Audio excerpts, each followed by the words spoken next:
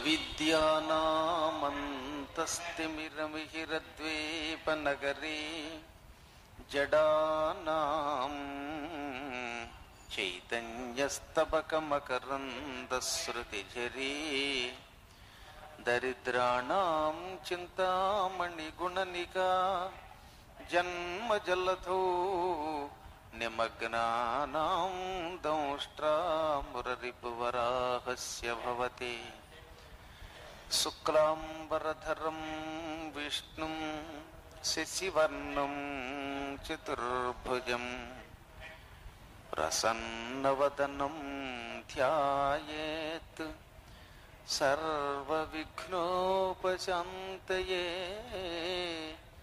వందే గురుపదద్వంద్వం అవాంగ్మానసగోచరం రక్తశుక్లప్రభామిశ్రం అతర్క్యం త్రైపురం మహః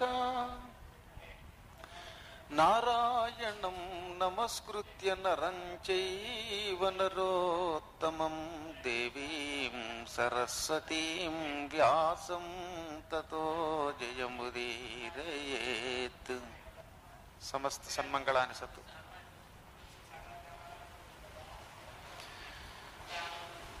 బ్రహ్మపురాణం జగదంబానుగ్రహంతో మళ్ళీ మనం ప్రారంభించుకున్నాం. చాలా కాలం తర్వాత శ్రీ అంబికా దర్బారు బత్వారి అష్టాదశ పురాణ ప్రవచనాల ప్రాజెక్టులో ఇది 10వ పురాణం. ధర్మరాజు గారు చాలా భక్తి శ్రద్ధలతో ఈ కథ వింటున్నాడు. ఆయన వింటున్నప్పుడు మార్కండేయుడు చాలా గొప్ప ఆయుర్దాయం కలిగిన వాడిగా, చిరంజీవిగా సుప్రసిద్ధికెక్కినవాడు ఆయన. అంతటి మహానుభావుడికి కూడా ఈ చిరంజీవిత్వం ఎలా వచ్చింది, తర్వాత ఇంద్రద్యుమ్న మహారాజు గారి యొక్క పూర్వజన్మ వృత్తాంతం ఏమిటి, ఈ రెండింటినీ కూడా ధర్మరాజు తెలుసుకోగోరాడు. మార్కండేయుడు అంటే ఈ సృష్టిలో అంత ఆయుష్ మరొకటికి ఎవడికి లేదు. ఆయన గొప్ప విశేషం చెప్పాడు. పూర్వకాలంలో మృకండు అని పేరు కలిగి ఒక మహర్షి ఉన్నట్ట. చాలా కాలం ఆయనకి సంతానం లేదు. ఒక్కొక్కప్పుడు సంతానం లేకపోవడం కూడా దుఃఖం. ఈయన కూడా సంతానం లేని కారణం చేత చాలా బాధపడిపోయాడు.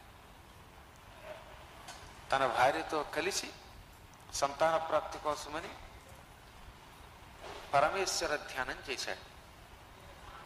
సైకత లింగము అంటే శిఖతము అంటే ఇసుక, ఇసుకతో అద్భుతమైన లింగం ఒకటి తయారు చేశాట.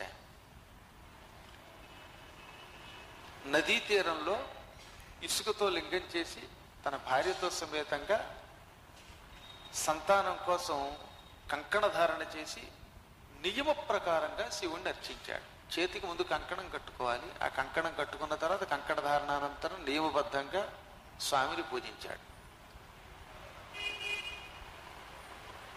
5 వేళల పూజ చేశాట ఆయన. సూర్యోదయ సమయం తర్వాత మళ్ళీ 9 గంటలకి, మధ్యాహ్నం 12 గంటలకి,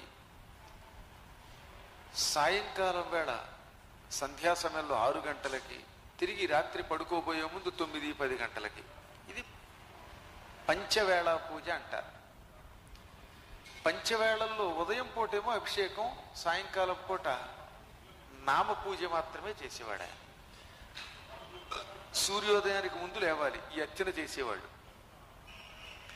అడవి పంది తవ్విన మట్టి తీసుకొచ్చి ఆ మట్టిని ఒంటికి పూసుకుని ఆ తదనంతరం ఒక 10 నిమిషాల సేపు శరీరం ఆరనిచ్చి అప్పుడు నదీ జలాలలో స్నానం చేసేవాటి. సంకల్పపూర్వకంగా స్నానం చేసిన తర్వాత భార్యా సమేతంగా తాను తయారు చేసిన సైకత లింగాన్ని అభిషేకం చేసి పూజించాడు. లింగం కూడా చాలా గట్టిగా తయారు చేయకపోతే సైకత లింగం మీద గట్టిగా నీళ్ళు వస్తే కరిగిపోతాయి, ఇసుక కాబట్టి. ఈయన అలా కాకుండా తట్టుకునేలా, ఆటుపోట్లకు తట్టుకునేలాగా ఆ లింగం తయారు చేసి అభిషేకం చేశాడు. మంత్రమేమిటి? నమశివాయ అనే పంచాక్షరీ మంత్రాన్ని ప్రణవంతో కలిపి చేసేవాడు ఆయన. ఓంకారంతో కలిపి చేశాడు. పంచబ్రహ్మ షడంగ బీజ సహిత ప్రాసాద పంచాక్షరీ చంచన్ మంత్ర పరంపరా పరమనిష్టా తత్పరత్వం పునన్ అన్నారు. పంచబ్రహ్మలతో కూడిన దివ్య మంత్రం నమశివాయ మంత్రం. నా అంటే నభం ఆకాశం, మా అంటే మరుత్తు వాయువు, సి అంటే శిఖి అగ్ని, వా అంటే వాహ నీరు, యా అంటే జ భూమి. ఈ ఐదింటికి కలిపి పంచబ్రహ్మలు అని పేరు. ఇవే మనకి పంచభూతాలు కదా. ఈ పంచభూతాలే శివుడికి 5 ముఖాలు అయ్యాయని కూడా చెప్పాము ఇదర్లో. ఆయన శివుడు సద్యోజాతము, వామదేవము, అఘోరము, తత్పురుషము, ఈశానము అయిన 5 ముఖాలతో ఉంటాడు. ఈ 5 ముఖాలు 5 అక్షరాల మంత్రం అయ్యింది. దీనికి ఓంకారం చేర్చాలి. ఆదౌ ప్రణవముచ్చార్య, ముందుగా ప్రణవమును ఉచ్చరించాలి, ఆ తర్వాతే మంత్రాన్ని జపించాలి. ప్రణవం లేని మంత్రం ప్రాణం లేనటువంటి శరీరము అన్నారు. అందుకని ప్రణవంతో కూడినటువంటి మంత్రాన్ని భక్తి శ్రద్ధలతో జపిస్తూ ఈ మహన్యాస మంత్రాలతో శివుడికి ఏమేందంతో అభిషేకం చేశారో చెప్పారు. ఫలోదకేన ప్రథమం అని అంటే ఫలజలములతో, కొబ్బరికాయ కొట్టిన నీళ్లు, కమలాఫలాల జలం రసం, మామిడి పళ్ళ రసం, ఇటువంటి పళ్ళ రసాలతో అభిషేకం. రెండోసారి మధున తేనెతో అభిషేకం చేసి, ఆవు పాలు 3, ఆవు పెరుగు 4, ఆవు నెయ్యి 5, ఇవన్నీ అయిన తర్వాత పంచదార, ఆపై చెరుకు రసం. ఈ ద్రవ్యాలతో అభిషేకం అయిన తర్వాత శుద్ధ జలంతో కూడా అభిషేకం చేసేవాట. ఆ లింగాన్ని స్వచ్ఛంగా తుడిచేసి మారేడు దళాలతోటి, నాగమల్లి దళాలతోటి, అంటే తమలపాకులు నాగవల్లి దళం అంటే తెల్లని పుష్పాలతోటి పూజించేవాడు. పరమేశ్వరుడికి పుష్ప పూజ, పత్రి పూజ అంటే చాలా ఇష్టం. అందుకని ఆ పుష్పాలు పత్రితో కూడా ఎంతో భక్తి శ్రద్ధలతో అర్చన చేసేవాడు ఆయన. ఆ పగలంతా ఉపవాసమే. సాయంకాలం వేళ స్వామివారికి సహస్రనామాలతో అర్చన చేసేవాడు. ఉదయం అభిషేకం, సాయంకాలం సహస్రనామార్చన. మిగతా వేళల్లో ఆయా ద్రవ్యాలు ఏవి దొరికితే వాటితో పూజ చేసేవాడు. ఈ విధంగా అభిషేకం చేస్తూ సంవత్సర కాలం శివుణ్ణి పూజించాడు. పరమేశ్వరుడు పరమ కరుణా స్వరూపుడు.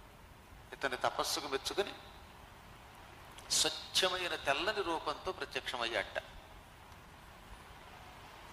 భక్తి శ్రద్ధలతో ఆనందంతో మృకండు మహర్షి ప్రత్యక్షమైన పరమేశ్వరుణ్ణి స్తోత్రం చేశాడు. దేవ జగన్నాథ దేవేంద్రవందిత వితత చారిత్ర సంతత పవిత్ర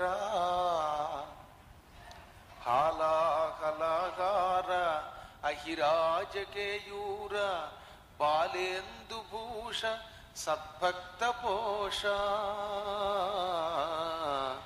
శ్రీగిరిజాసతీ చిత్తాబ్జ మదభృంగ ఘన జటాజోట సంఘటిత గంగ కర్రతలాంత స్థిత సురుచిర సారంగ సహగర్వమతి దక్ష సవన భోగ కాయ సంగ విభూషణాయమాన భుజంగ భస్మ విలేపన భాసురాంగ తుంగ ధవళంగ వృషభాంగ తులిత కీర్తి వాహినీ ఛన్న దిశ దివ్యవాసలింగ ఈశ భవనాశ క్షేత్రమల్లేశలింగ. స్వామి, పార్వతీదేవి సగం భాగంలో నిలబెట్టుకుని ప్రత్యక్షమైన పరమేశ్వర, స్వచ్ఛమైన దేహం నీది, తెల్లని వాడివి. ఆవు పాల మీద నురుగా ఆకాశ గంగా జలం, చంద్రుడి వెన్నెల ఎంత తెల్లగా ఉంటాయో శివుడు కూడా అంత తెల్లగా ఉంటాడు. అమ్మ సరస్వతి కూడా అంతే, రెల్లుగడ్డిలా తెల్లగా ఉంటాడు ఆయన. శరత్కాలంలో చంద్రుడి వెన్నెల ఎంత తెల్లగా ఉంటుందో అంత తెల్లగా ఉంటాడు ఆయన.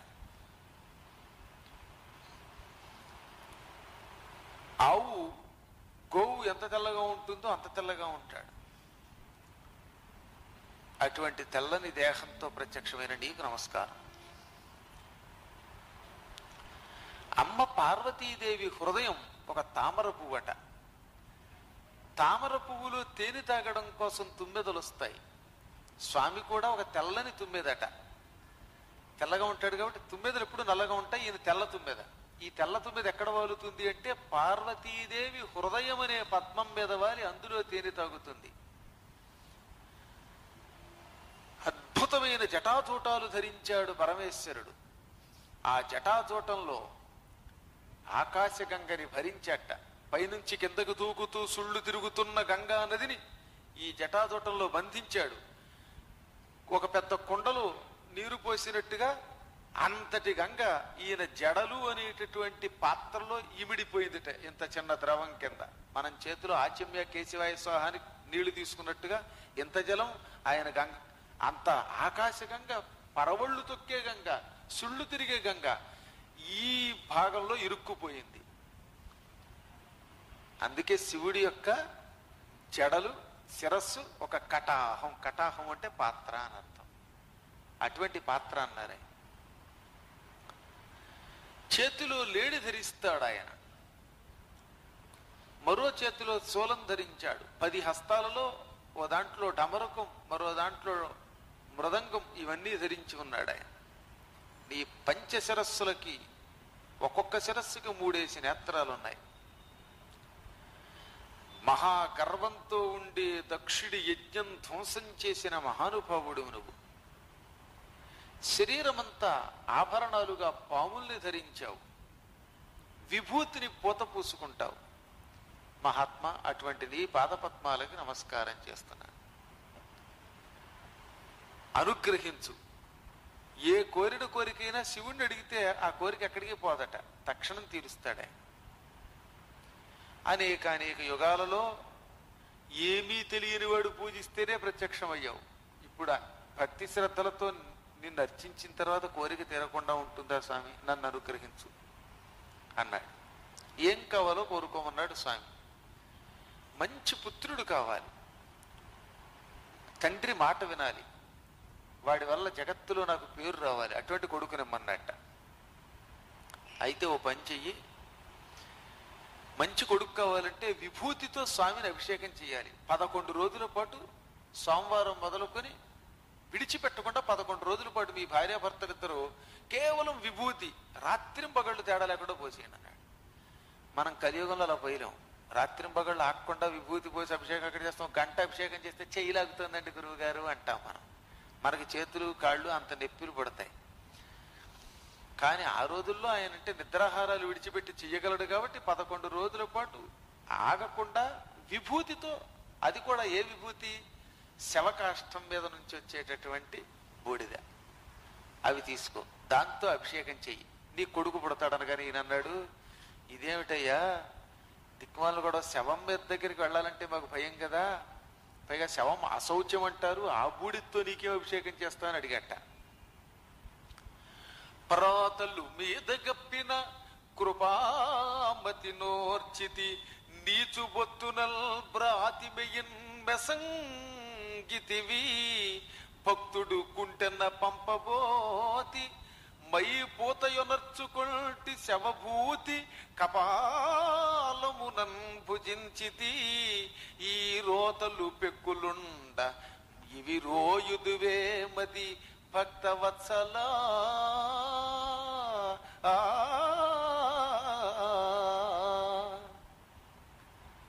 ఎప్పుడు నీ చేష్టలు విచిత్రంగా ఉంటాయి, నీ భక్తులు చేసే పూజలు విచిత్రంగా ఉంటాయి. ఓ దౌర్భాగ్యుడు మీద పాత బట్టలు కప్పెట్ట. శివుడికి పూజ చేద్దామంటే వాడి దగ్గర పెద్దగా సామాను లేదు. శివుడికి షోడశోపచారాలు చేసేటప్పుడు వస్త్రయుగ్మం సమర్పయామి అన్నప్పుట ఎవడో గోచిగుడ్డ పెట్టుకున్న ఒక బికారాడు పూజ చేస్తున్నాడు. ఏం చేయాలి? కట్టుకున్న గోచిగుడ్డ తీసి ఆయన మీద వేసేట. ఇదే వస్త్రయుగ్మం అన్నాడు. ఆహా భక్తుడా, గోచిగుడ్డ కూడా నాకు సమర్పించావా అని ప్రేమతో వాడికి ఓ ఐశ్వర్యం ఇచ్చావు. నీ లక్షణం ఏమిటో తెలియదు. ఎవడన్నా గోచిగుడ్డ కట్టుకున్న గోచిగుడ్డ ఇప్పి మరీ వేస్తే పూజ చేస్తే అసహించుకోరు. కానీ స్వామి అలా కాదు, కరుణాస్వరూపుడు. ఆ పాతలు మీదగప్పిన కృపామతిని వర్చితి, దయతో వాడిని అనుగ్రహించావు. మరో నీచుడు ఏం చేశాడు? నాయన నీకు అన్నం పెట్టడానికి ఏమీ లేదు, ఈ శవంలో ఆఖరిని ఏం చేస్తారంటే పిండం పెడతారు. ఆ పిండాలు అక్కడ పెట్టారట కాకులకి. అది పట్టుకొచ్చి ఇదే మన ఇద్దరం తిందామని శివుడికి భోజనం పెట్టాట, పిండం భోజనం. అది తిన్నావు, వాడిని అనుగ్రహించావు, అది భక్తి అంటావు. మరో దౌర్భాగ్యుడు తన భార్యని నీకు తార్చడానికి ఇచ్చాడు, అది సేకరించావు. శవాన్ మీద ఉండే బూడిదని ఒంటికి పూసుకోవాలంటావు. ఇప్పుడు ఇవన్నీ ఎలాగయ్యా భరిస్తావు నువ్వు? శవం మీద నుంచి వచ్చే బూడిదని ప్రసాదిస్తే అదే విభూతిగా సేకరించి కొడుకునిస్తానంటావు. అసహ్యం లేదా నీకని అడిగట. ఆయన నవ్వాడు వెర్రిపీరుగా. ఈ సృష్టిలో సమస్త వస్తువులు నేనే. భక్తి ఒకటి ఉంటే మిగతావన్నీ క్షమిస్తాడు ఆయన. భక్తి లేకుండా మోసంతో చేస్తే ఒప్పుకోడు. మళ్ళీ భక్తి, నేను నమ్మాను నిన్ను అనుకుంటే వాడు ఏం చేసినా తప్పు లేదట. అందుకే నేను ఇంత అభిమానంతో నేను నీకు చెప్పా, నాయన నీకు తెలియదేమో, భక్తికి లొంగిపోతాను నేను. ఒకప్పుడు కాళహస్తీశ్వర మహాత్మ్యంలో గొప్ప విశేషం ఉన్నది. కాళహస్తిలో ఉండే శివుడు వాయులింగం కదా, ఆయన కరుణాస్వరూపుడు. ఆయన ఆ రోజుల్లో ఒక ఆవిడ ఒక వ్రతం పెట్టుకుంది. ఏమని? శివభక్తులు వచ్చి ఏం అడిగినా చేస్తాను, అలా చేస్తే మోక్షం అని శాస్త్రం. శివభక్తులు వచ్చి చచ్చిపోతే చచ్చిపోవాలి, ప్రాణమి అంటే ఇవ్వాలి, అలాంటి వ్రతం పట్టింది. దీన్ని జంగమ వ్రతం అంటారు, వీర జంగమ వ్రతం, వీరశైవ వ్రతం. అలా పట్టింది. రాజుగారి దగ్గర ఈవిడ పని ఏమిటంటే రోజు వంట చేసి కంచం పెట్టి అన్నం పెట్టాలి. ఈవిడ ఆ ఉద్యోగం వంట చేస్తుంది పాపం. ఒక రోజున శివుడు ఆవిడ్ని పరీక్షించడం కోసం ఒక జంగమదేవర వేషంలో వచ్చాడు. స్వామి జంగమదేవరా మా ఇంటికి భోజనానికి రాంది, నేను ఏది అడిగితే అది ఇస్తేనే నీ ఇంటికి భోజనానికి వస్తానన్నాడు ఈయన. అలాగే ఇస్తానండి అంది.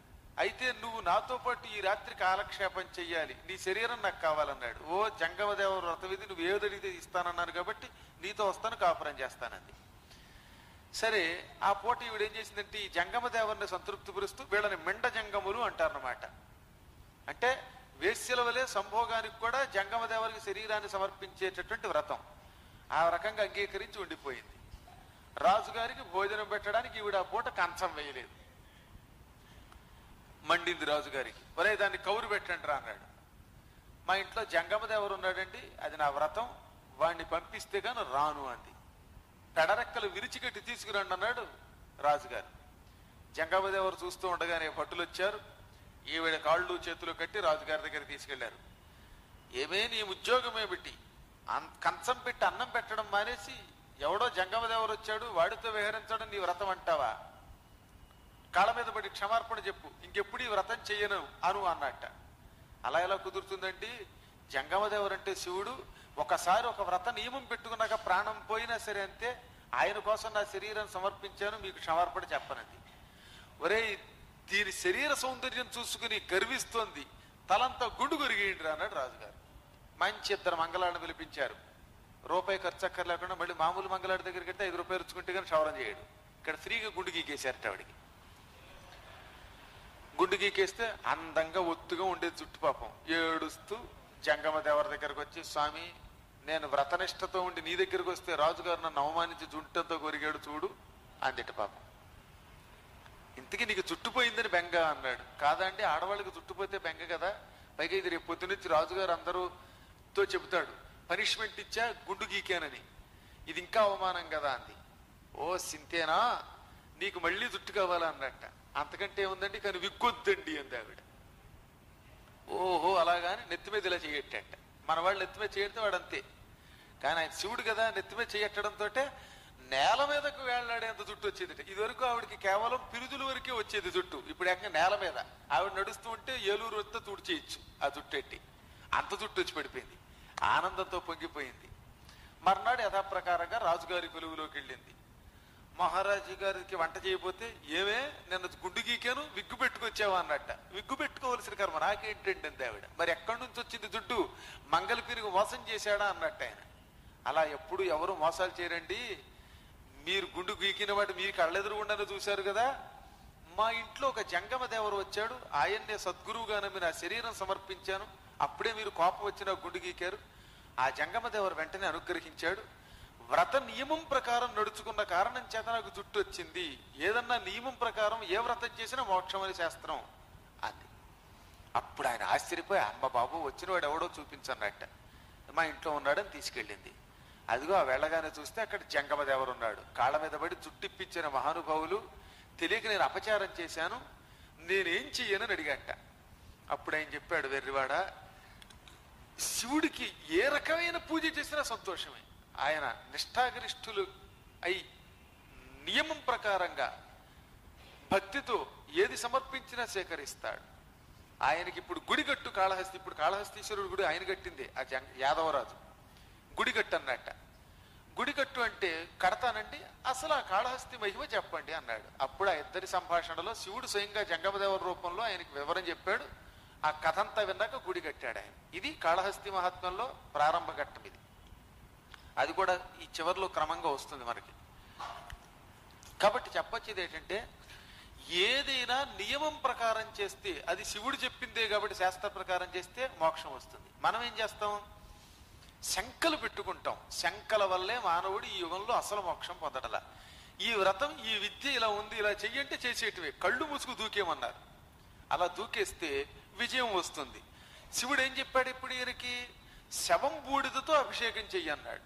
శవం బూడిదతో అభిషేకం చేస్తే దోషమేమో అని అనుమానం పెట్టుకుంటే అందులో ఫలితం ఉండదు. ఈ కలియుగంలో చాలా మంది భక్తులకు ఉన్న పెద్ద ఇబ్బంది అదే. నమ్ముతారు, నమ్మరు. మోసం ఇది. అన్ని మీరేం చెబితే అదేనండి అంటారు, గురువు గారు అంటారు. మళ్ళీ బయటికి వెళ్ళిన తర్వాత వీడు చేసేది వీడు చేస్తాడు. ఇందువల్లే ఈ యుగంలో సరైన మోక్షం పొందడంలా.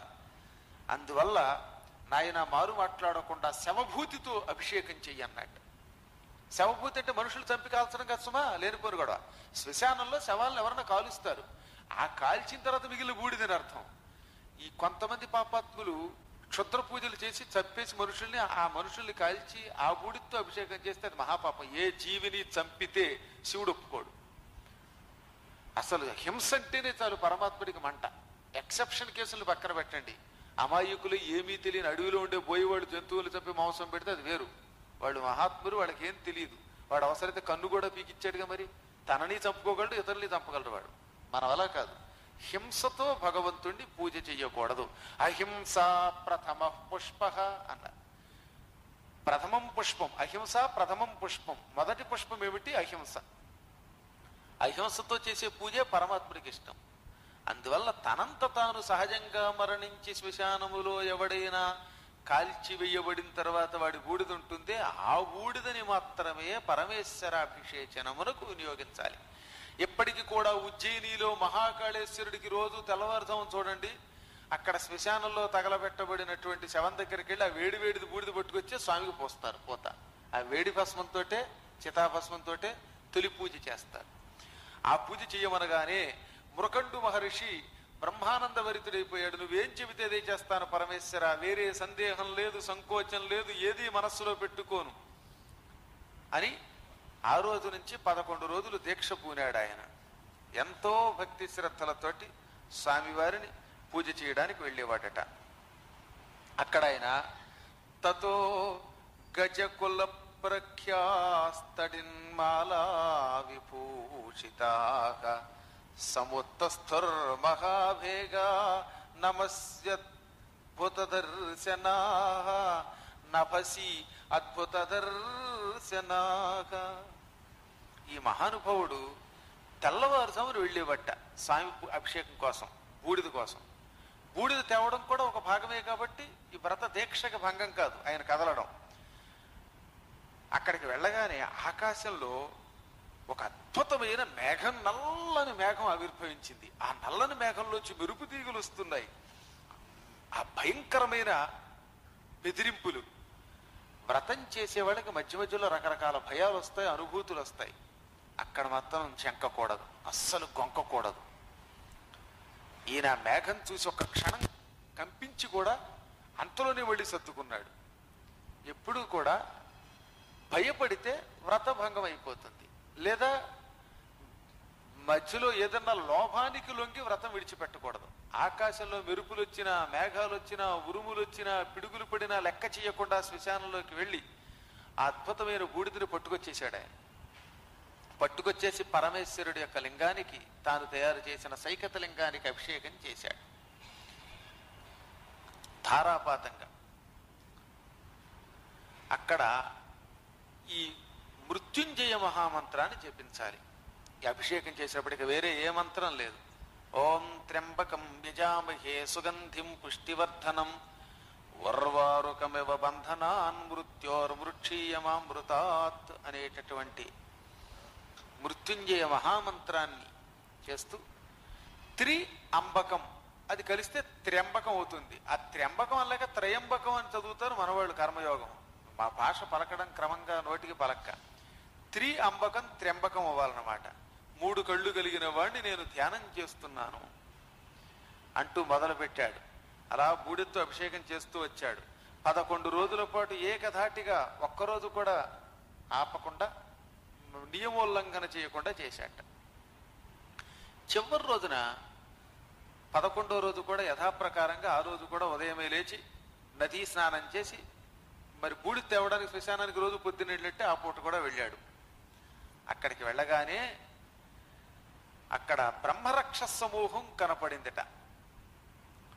వాళ్ళు ఋగ్వేదం చదువుతారు. బ్రహ్మరాక్షసులంటే కాస్తో కోస్తో వేదమో స్మార్తమో చదువుకుని కొన్ని కారణాల చేత వ్యసనాలకు గురైపోయి పిచ్చబడిపోయినటువంటి వాళ్ళు తర్వాత జన్మలో బ్రహ్మరాక్షసులే పుడతారు. అలా పుట్టారు వాళ్ళు. పూర్వజన్మలో ఆ స్మార్తం నేర్చుకున్న వాళ్ళు కాబట్టి అక్కడ కూడా శ్మశానంలో వేదాలు చదువుతున్నారు. వాళ్ళు ఇతన్ని భయపెట్టారు. భయపెడగానే అమ్మో అని భయపడి వెనక్కి పారిపోయాడు. ఆ పారిపోవడం దోషం. మళ్ళీ గుండె ధైర్యం తెచ్చుకుని తిరిగి అక్కడికి వెళ్ళాడు.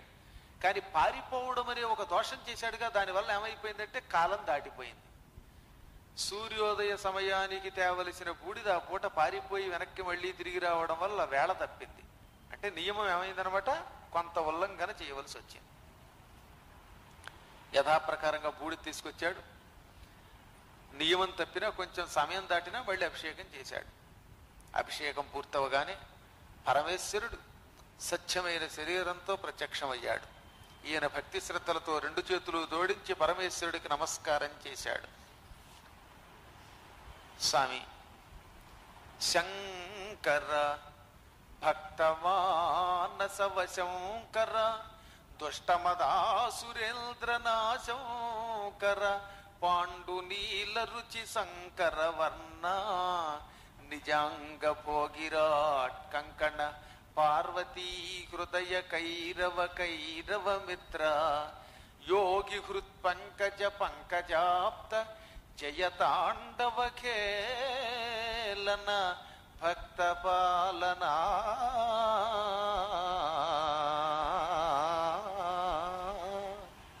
శంకర, భక్తుల మనస్సులు వశించేసుకుంటావు. దుష్టులై మతంతో అహంకారంతో ఉండే రాక్షసుల్ని నాశనం చేస్తావు. శరీరంలో సగభాగం తెలుపు, ఒక కంఠం మాత్రం నీలం. ఎందుకంటే విషం పెట్టుకున్నాడు కాబట్టి. స్వస్తి ప్రజాభ్య పరిపాలయంతాం న్యాయేన మార్గేణ మహీం మహీజాః గోబ్రాహ్మణేభ్యः శుభమస్తు నిత్యం. లోకాః సమస్తాః సుఖినో భవంతు.